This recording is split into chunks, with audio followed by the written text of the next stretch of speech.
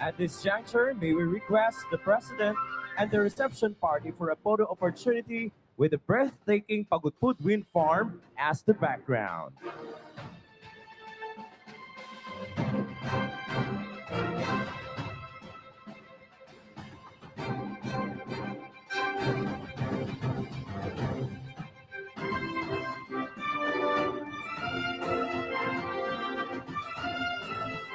The first phase of the 160 megawatt Pagudpud wind farm, equivalent to 80 megawatts, has been completed and is currently operational, with a second and final phase to be completed in 2025.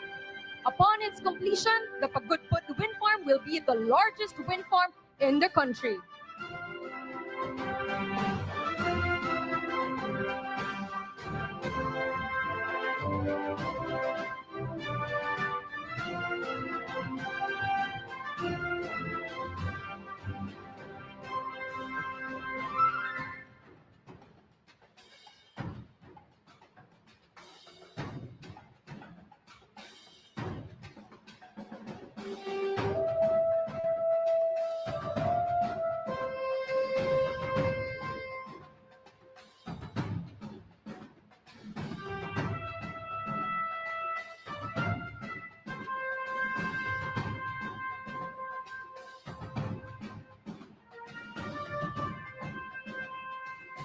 Thank you, Mr. President. May we request the President to proceed on stage for the program.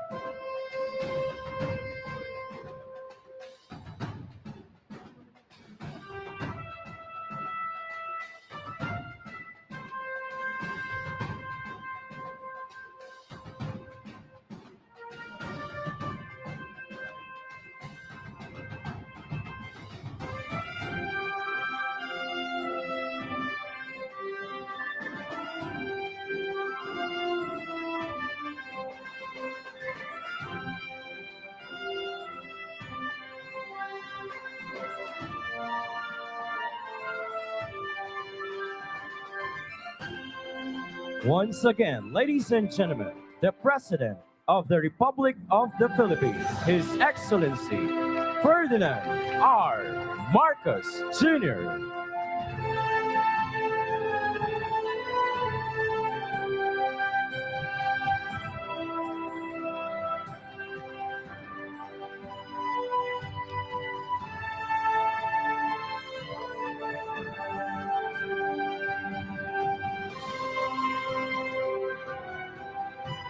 We may now be seated.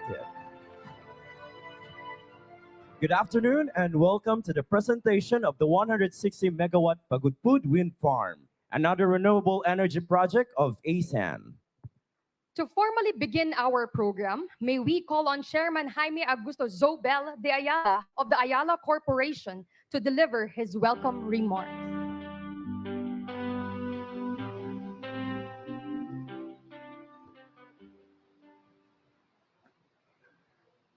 Before anything else, let me acknowledge our distinguished guests in the audience, Your Excellency Ferdinand Romualdez Marcos Jr. Thank you so much, sir, for gracing the occasion here.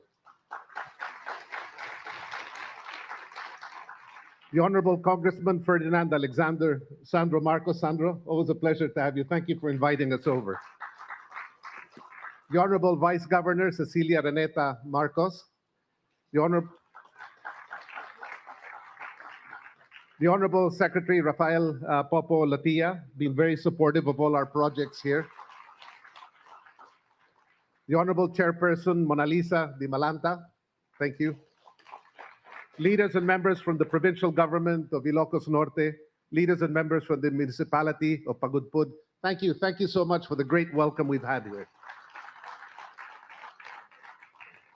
Well, we're delighted to be here to inaugurate what will be the largest wind power plant in the Philippines, the 160 megawatt Pagudpud wind farm here in the barangays of Balayoy, Kaunayan, and Municipality of Pagudpud, Ilocos Norte.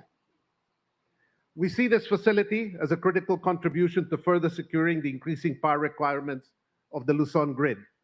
We're happy to be able to complete the first phase of this power plant, which is equivalent to 80 megawatts, what we were viewing here today, Mr. President.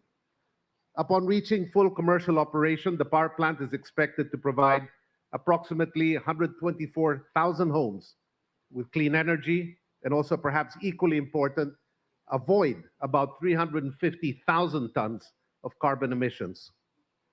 ASEAN invested 11.8 billion pesos in this project, and we're proud to say it has helped over 1,200 jobs for the local community during the 3-year construction period.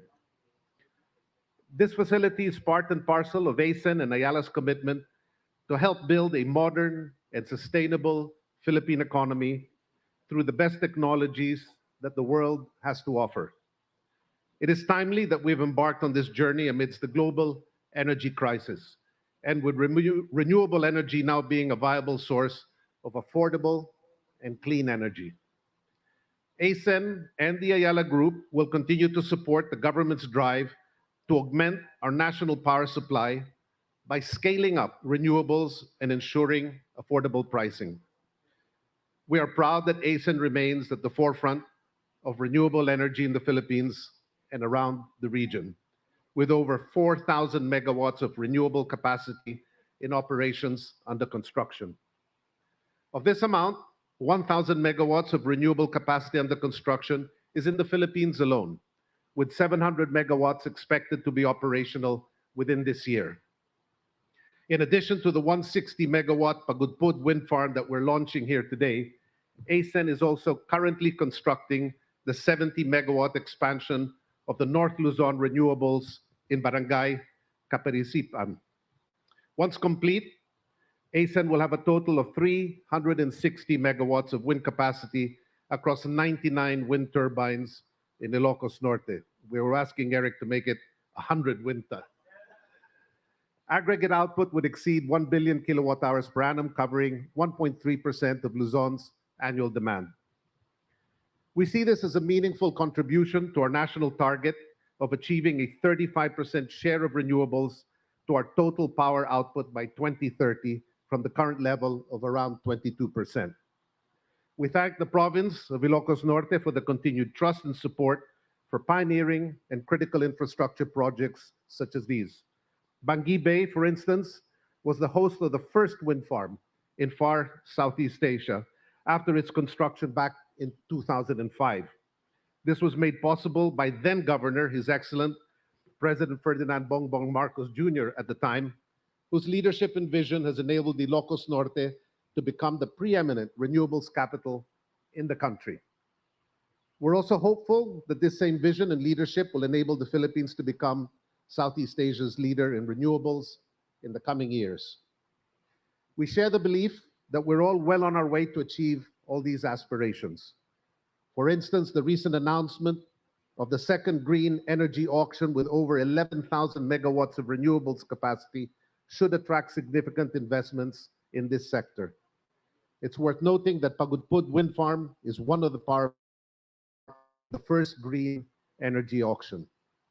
We're also encouraged by the efforts of the government to enable new technologies such as offshore wind, as well as the efforts to address the bottlenecks in transmission development. We believe that these efforts will help unlock the full potential of renewables in Ilocos Norte and the country. Ilocos Norte remains the best source of wind in the country and still has significant developmental potential both for onshore but also offshore areas, and the President himself was encouraging us to keep expanding. Moving forward, we think that there are elements that we can collaborate together with to accelerate this vision of a renewable energy future. As an example, transmission capacity likewise needs to be augmented to keep step in step with the rapid scaling of renewables capacity. In the Northern Loop, transmission momentum in renewables growth in Ilocos Norte and the country as a whole. In closing, I'd like to extend our gratitude to everyone who has contributed to the success of this project, to all our government leaders and local government and community partners, many who are here today, industrial, financial, and technical partners. You can see how complex these wind projects are to set up. And of course, to the highly committed and energized ASEN team, Eric Francia and his team. Thank you very much, Eric. A big thank you to all. We look forward to further accelerate and help build a sustainable future. If I could now invite His Excellency President Ferdinand Marcos Jr. to accept a token from Ayala Corporation and our family. Visions is a collection of photos by my father, Mr. President, Jaime Zobel de Ayala. These photos are glimpses of the world as seen through his eyes that cross boundaries between photography and collage and define the world of its own. He was very keen, Mr. President, for you to have it. Thank you so much.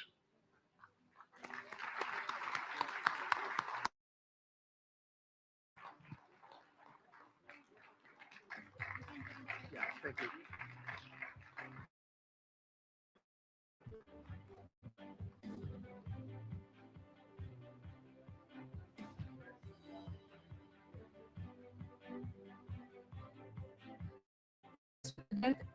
Chairman Jaime Augusto Zobel de Ayala and Fernando Zobel de Ayala. At this juncture, ladies and gentlemen, please direct your attention to the screens to watch a short video presentation of the 160 megawatt Pagudpud wind farm.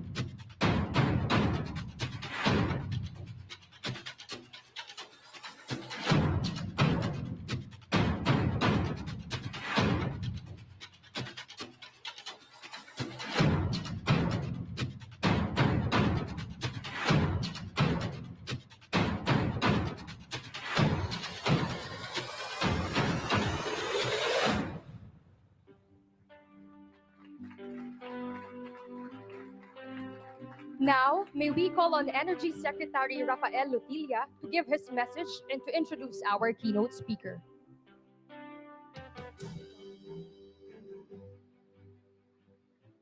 Ladies and gentlemen, the President of the Republic of the Philippines, His Excellency Ferdinand Romualdez Marcos Jr.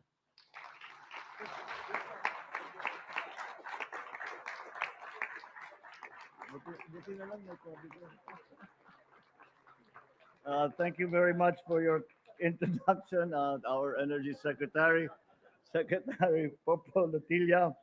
Uh, of course, our partner in the development of the renewables, specifically of the wind power here in Ilocos Norte, the Ayala Corporation and their chairman, Jaime Augusto Sobel de Ayala, Ayala Corporation Special Advisor, Fernando Sobel de Ayala. I'm not used to calling them with their full names because we went to school together. And so, yeah, so it's a little bit unusual for me to be very formal with them like I'm about to do with the Ilocos Norte 1st District Representative, Sandro Marcos.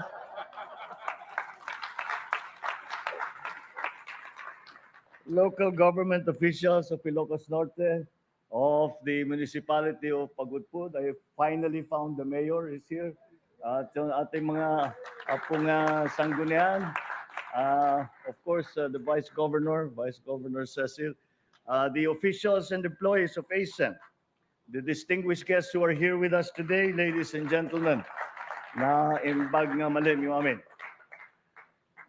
Well, now Northern Luzon, and Ilocos Norte in particular, has been blessed with excellent wind energy potential. And it is really a blessing because it is not something that you can decide as a political decision. Nung una naming tinayo yung Bangi, and the first time it went online and it started to get publicity, maraming governor tumatawag sa akin noon. At sinasabi, paano nyo ginawa yan? We want to do it dito rin sa probinsya namin. At sabi ko, hindi yan political decision. It is God who decides where you put the wind farm. Kaya talaga, swerte talaga, buenas lang talaga tayo that we have the potential for the wind farm.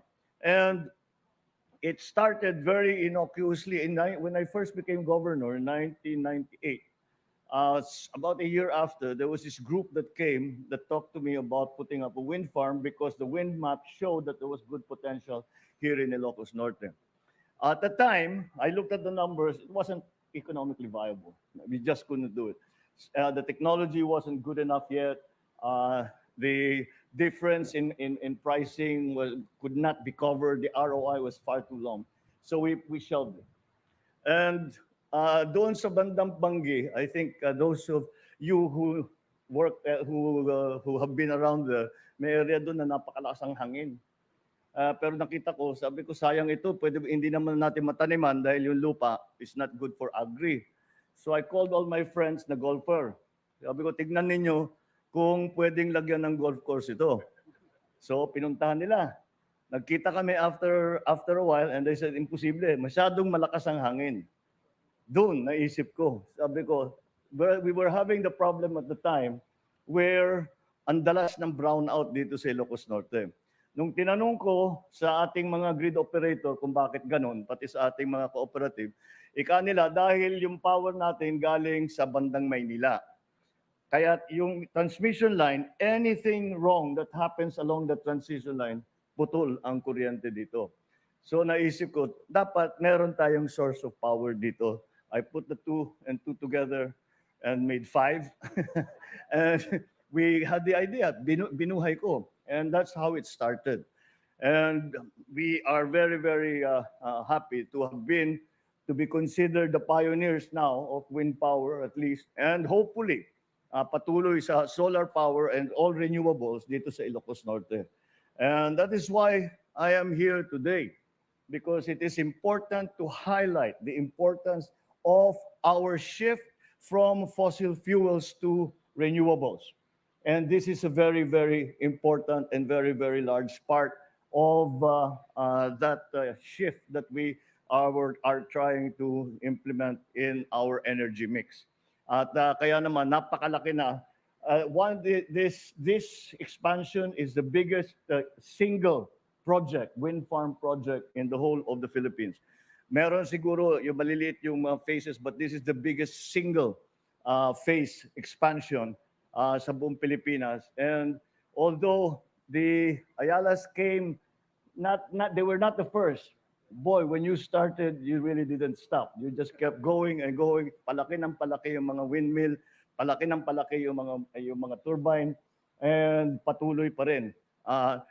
Sa aking pagbabiyahe sa kinakausap natin ang mga kaibigan nating dayuhan tungkol sa renewable energy, and we talk about where are the areas. Halimbawa, solar sa Pilipinas kahit saan pwede. Ang problema sa solar, nagko-compete sa lupa ng agrikultura. Kaya ang nagiging uso ngayon is floating solar. Ilalagay sa dagat o ilalagay sa tubig, may isda sa ilalim, may aquaculture sa ilalim. Yun ang bago nating mga ginagawa. Ang wind farm, sabi nila, ang pinakamaganda pa rin ay banda dun sa inyo. And they showed me maps. They showed us maps when we were traveling, we're talking to the businessman. Hindi lamang ito yung nakikita natin around Bangi, Pagudpud, all the way down hanggang almost halos na doon sa eastern towns ay talagang pwede. But even more, dahil ang pinupuntahan ng teknolohiya ng wind farm ay palaki ng palaki. Yung aming sinimulan, the first 18 turbines were rated at about 1.6 something, 1.7 megawatts. Itong nasa harap natin, 5 megawatts na yan. Ang pakpak dati is only about 50 something meters. Ang tower is only 100. This is already 150 meters, and the blades are more than 100 meters long. Kaya makita na the technology has been moving forward. So, yun ang tinatanong namin. Kung pwede ba, interesado naman kayo sa Pilipinas, interesado kayo sa Ilocos Norte, saan pa tayo pwedeng maglagay? And the new technologies are pushing the wind farms offshore. Kasi, papaliwanag sa inyo ng mga engineer, ang pinakamahirap, the reason why you cannot put a wind farm anywhere is because of the technicians is, the laminar flow of the wind. It has to be tinatawag na lang smooth bale ang takbo ng hangin. Ngayon, sa iba't ibang lugar, kuminsan may laminar flow, kuminsan magandang takbo ng hangin, kuminsan hindi. There's turbulence. Pag may turbulence, walang efficiency yung wind farm, yung turbine. Ngayon, sabi nila, ang pinakamaganda ngayon, hindi mo na kailangan alalahanin na maayos ang takbo ng hangin if you are offshore. So nagtanong ako, saan natin nilalagay kung sa Pilipinas, saan nyo gusto ilagay ang offshore? Sabi nila, sa inyo rin, dito rin. Dito pa rin ang pinakamaganda. Kaya pag sinabing blessing, itong nangyari sa atin, talagang biyaya ng Diyos lang sa atin. Kaya magpasalamat tayo na pinagbigyan ang Ilocos Norte na hindi lamang makapag-produce para sa ating probinsya, ay natutulungan pa natin ang sitwasyon ng enerhiya sa buong Pilipinas. At lahat nitong bagong teknolohiya ay talagang titignan natin. We continue to work on all of the sources of renewable. As I mentioned, solar, briefly, tinitignan natin yung mga pagagandahin natin, yung mga geothermal, yung mga dam natin, baka pwede pang i-expand ang hydrothermal na power na kinukuha natin diyan. Tinitignan na rin natin yung nuclear power. Huwag kayong nenervyusin. Titiyakin natin na lahat yan ay magiging ligtas at walang hindi maaari magkaroon ng mga yung naririnig natin, mga Fukushima, mga 3 Mile Island. That's old technology. That will not happen anymore. So we will make sure of all that. But nonetheless, kailangan patuloy na tayong naghahanap ng bagong renewable energy sources. Kailangan patuloy ang ating pagtatayo ng facilities kagaya nito dahil kailangan ngayon sa market ay clean energy. Ito yung isang natutunan ko nung kausap ko yung mga mining na kumpanya, yung mga malalaki. Ika nila, sabi ngayon ang requirement ng buyer para, halimbawa, sabihin natin mining, yung pagka binigay namin, pagka yung produkto namin, ipinagbibili namin sa isang buyer, tatanong yung buyer, kailangan patunayan ninyo that you used clean energy para gawin itong produkto ninyo. Kung hindi, hindi namin bibilhin. So it is not just talking about climate change. It is not just talking about helping the renewables gain a bigger percentage of the energy mix. It is also a practical matter. This is the way we do business today. Hindi tayo pwedeng magsabi na meron tayong ginawang steel mill. Yung steel mill, lahat ng kanyang produkto, lahat ng kanyang power nakukuha niya sa coal-fired na plant. Walang bibili nun. Walang bibili kahit saan. Sasabihin, hindi namin ano. It has to be green energy. It has to have been produced and manufactured via green energy. So that gives our effort for making renewables a more dominant percentage of our energy mix becomes even a commercial issue. And so that's why it is all important. Climate change is, of course, the paramount concern. And lahat ng usapan namin ngayon sa pamahalaan, kahit anong pag-usapan namin, pag-usapan natin, well, agrikultura, infrastructure, digitalization, health, lahat, kahit papano, hindi mo maiwasan, mapupunta ang usapan sa climate change and the effects of climate change and the changes that we have to do or the way we work, because we have to adjust to climate change, we have to adapt to the effects of climate change. So, number one talagang priority yun. Ngunit, puro plus ito. Kasi kahit na sasabihin nila na, okay, you're helping the planet, but there's no other advantage. Well, it brings us good power supply in the Philippines. Alam nyo naman, tayo ay naghahanap ng karagdagang supply dahil kulang ang supply natin sa buong Pilipinas. Kulang ang supply natin doon sa ating demand. At hindi natin mapalaki ang ating ekonomiya kung hindi sapat ang energy supply. Ganun lang kasimple yun.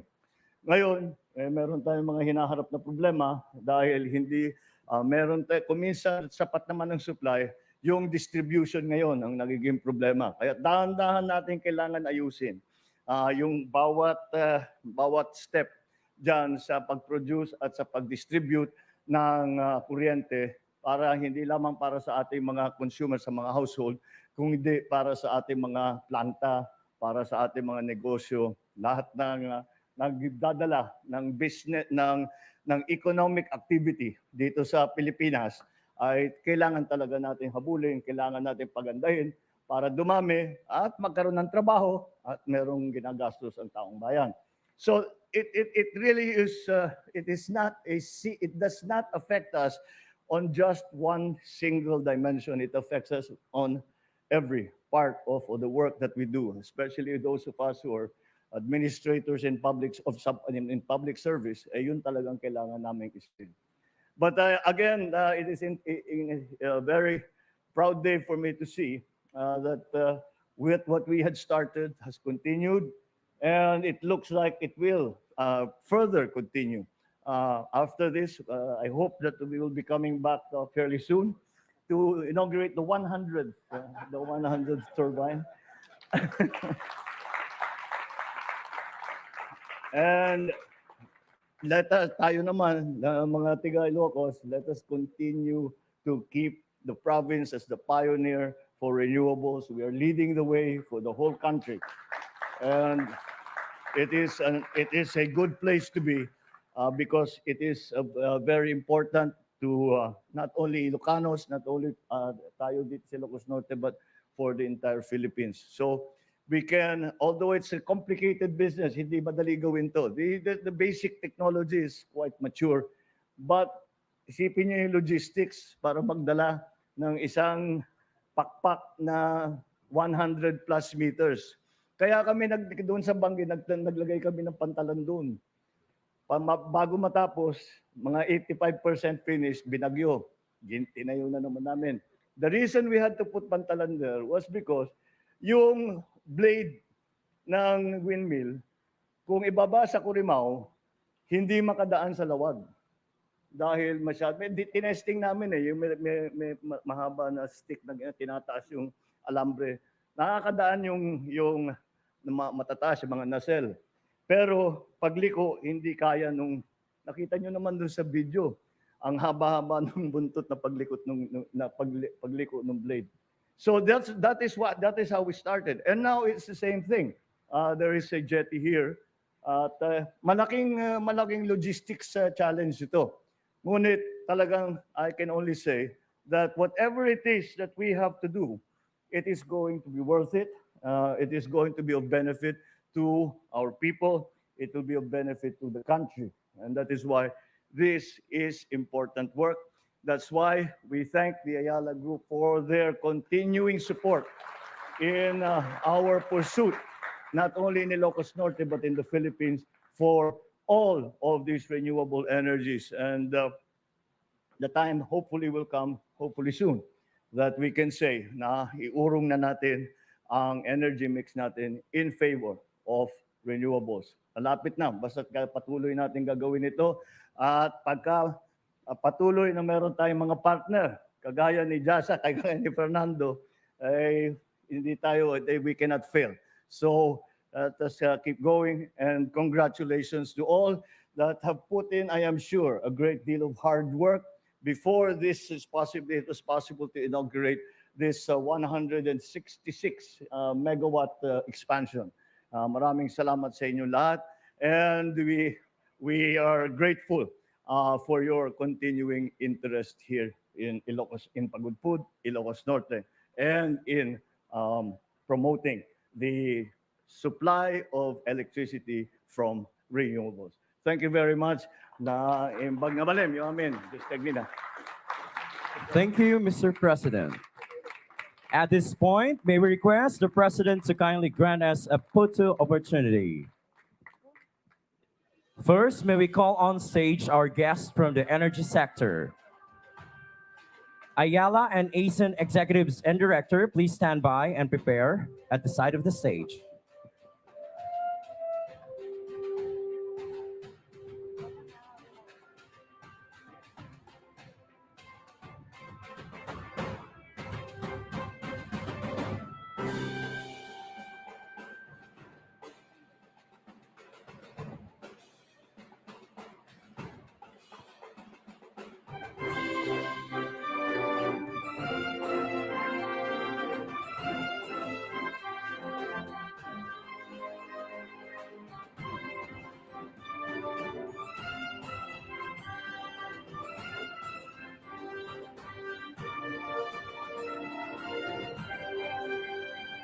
Thank you.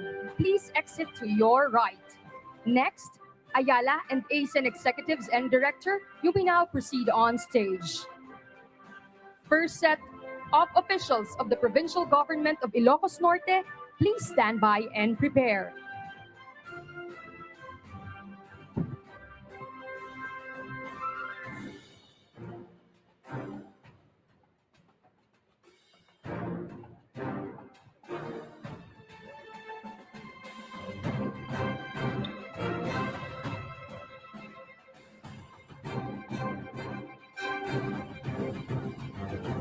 Thank you. Please exit to your right. Next, first set of officials of the provincial government of Ilocos Norte. You may now proceed on stage. The second set of officials of the provincial government of Ilocos Norte, please stand by and prepare.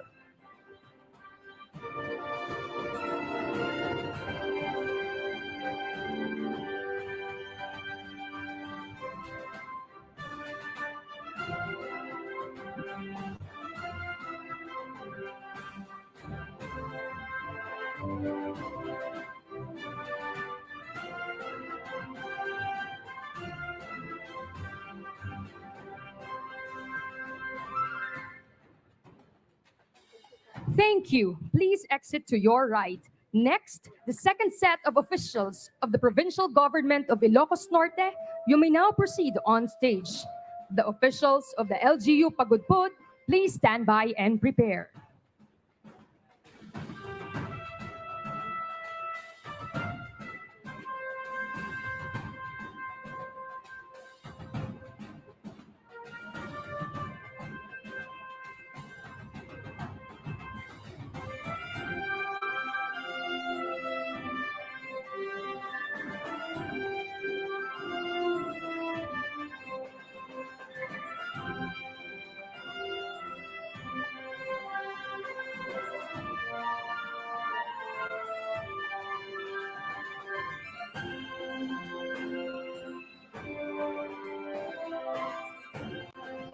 Thank you.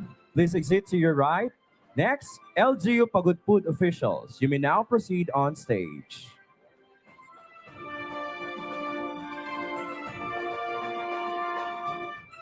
ASIN partners, please stand by and prepare.